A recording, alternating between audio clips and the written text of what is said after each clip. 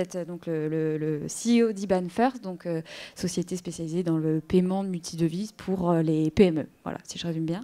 Alors vous avez une grosse particularité, c'est que vous avez levé pendant le confinement, et donc vous avez levé sur Zoom. C'était comment ? C'était une super expérience de pouvoir lever de manière complètement virtuelle et donc de parler à des investisseurs sans jamais les avoir rencontrés physiquement.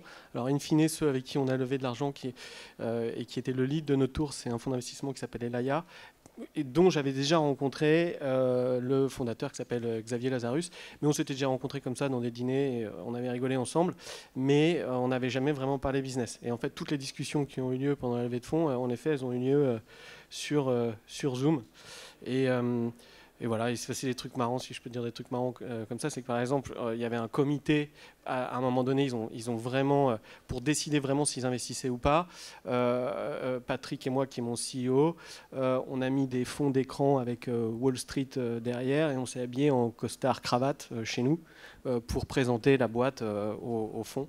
Et je ne sais pas si c'est à cause de ça qu'ils ont dit oui, qu'ils ont investi, mais en tous les cas, ils ont trouvé qu'on était bien habillés et qu'on prenait ça sérieusement et qu'on faisait ça sérieusement. Donc voilà. Non, ce qui était intéressant de lever dans ces conditions-là, c'est qu'on a vu la résilience de cet investisseur en pleine crise où tout le monde était en panique, et eux qui continuaient à croire à notre business et qui étaient vraiment hyper motivés pour investir. Et de la même manière, eux, ils voyaient que nous, on était ultra résilients, que notre business fonctionnait encore très bien malgré la crise, et que c'est ça qui les attirait. Donc on était attirés l'un par l'autre, et c'est pour ça qu'on a décidé de faire ce tour en plein Covid. On a signé le 10 avril et on a closé le 15 mai. Et surtout qu'il y avait à cette époque-là, comme vous le disiez, pas mal de quelques VC de la place, malheureusement, qui n'ont pas joué forcément le jeu, quoi, qui ont abandonné quelques boîtes. En effet, on est au courant, on est bien placé pour le savoir. Mais bon, voilà, on peut comprendre qu'il y en a qui ont eu peur et qui étaient frileux, ceux qui avaient peut-être le moins d'expérience et qui se disaient, voilà, là, le marché va se retourner, etc., etc., un gros crack. Et par exemple, encore une fois, pour parler d'Elaya, une des choses intéressantes, c'est qu'elle a été créée peut-être en 2002 ou 2003, enfin, il y a assez longtemps. Donc en fait, ils ont déjà vécu pas mal de crises, et c'est ça aussi qui leur a permis de garder la tête froide pendant cette crise et continuer de vouloir investir sur des valos qui étaient toujours des valos de marché, quoi. Et alors sinon, vous avez racheté 2 sociétés, vous, en 2019, Allemagne et Pays-Bas. Avec quels instruments vous avez fait ces acquisitions ? Avec de l'argent et aussi avec c'est facile, mais non, avec des actions aussi, en fait. Donc oui, en effet, on a fait ces acquisitions essentiellement pour se développer à l'international. En fait, ça nous a permis de gagner du temps. Et quand on y pense, enfin, on est très content des deals qu'on a fait, parce que quand on y pense, si on veut créer un bureau, par exemple en Allemagne, en Greenfield, on va devoir avoir un chasseur de tête qui va nous coûter cher, qui va ensuite, pour avoir un super talent qui va nous permettre de développer le bureau ensuite dans le pays. Mais ce super talent, il va falloir le motiver avec probablement des stock options. Et ensuite, il va falloir payer un bureau, trouver un bureau, etc. Tout ça prend du temps et aussi va coûter de l'argent. Tandis que si on achète déjà une petite structure qui est présente, par exemple, in fine, les actions qu'on va payer en échange des actions de cette société qu'on va acheter, en fait, c'est quasiment comme donner des stock options à un manager, in fine. Donc ce qui s'est passé dans les deals qu'on a fait, essentiellement les investisseurs financiers, on leur a donné du cash et ils sont partis. Et les investisseurs qui étaient des managers dans les sociétés, on les a intéressés par des actions de notre société. Et c'est super parce qu'on est tous alignés. Et donc voilà, donc, c'est des deals qui sont bien passés, qu'on a financés en fonds propres. Et c'est pour ça aussi qu'après on avait besoin de lever de l'argent au moment du Covid, malheureusement, parce qu'en fait ça nous a coûté un petit peu d'argent de faire ces deals-là à ce moment-là, et c'était fin 2019. Et du coup on avait besoin de se refinancer un peu plus vite que prévu. Et si vous faites une prochaine acquisition dans les mois, années à venir, vous allez devoir relever de l'argent, vous allez faire comment ? Alors, on commence à être un peu plus mature dans la manière de se financer, on va dire.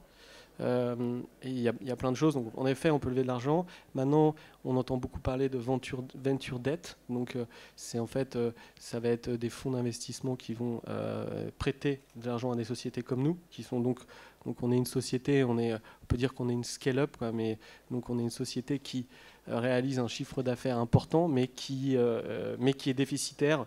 Et c'est pour ça qu'on est financé par des fonds. Donc en fait, on est déficitaire parce qu'on finance essentiellement de la croissance. Donc une banque traditionnelle va pas spécifiquement nous prêter de l'argent, mais en revanche, certains types de fonds qui font de la venture debt sont capables de nous prêter de l'argent sur la base de notre business plan et la base des réalisations de la société. Donc il y a ça qu'on regarde.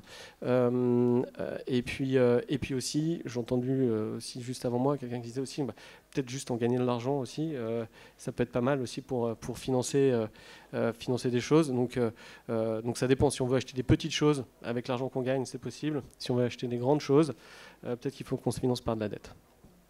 Et par contre, il y a une banque aussi qui a voulu vous racheter il y a quelques temps. Ça s'est passé déjà à quel moment de l'histoire d'IBAN First et pourquoi vous avez dit non? Donc c'est une longue histoire, mais en fait, ce qui est intéressant dans des sociétés comme la nôtre, c'est que au plus on avance, au plus le rêve devient grand, entre guillemets. Donc au plus on arrive à lever des fonds, on arrive à embaucher des bons talents. Au plus on a les bons talents, on arrive à avoir les bonnes équipes, donc on arrive à avoir un bon produit. Une fois qu'on a un bon produit, on a les bons clients. Une fois qu'on a les bons clients, on arrive à réaliser des bons revenus. Ces bons revenus vont nous permettre d'avoir des ambitions encore plus grandes.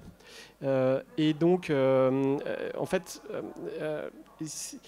la banque qui nous a proposé de faire quelque chose, au moment où nous l'a proposé de le faire, ça aurait pu être intéressant. Mais quand on y repense, même 1 an après, même 2 ans après, en fait, c'est heureusement qu'on ne s'est pas laissé aller à la facilité. Et aussi, c'était très tôt dans notre aventure.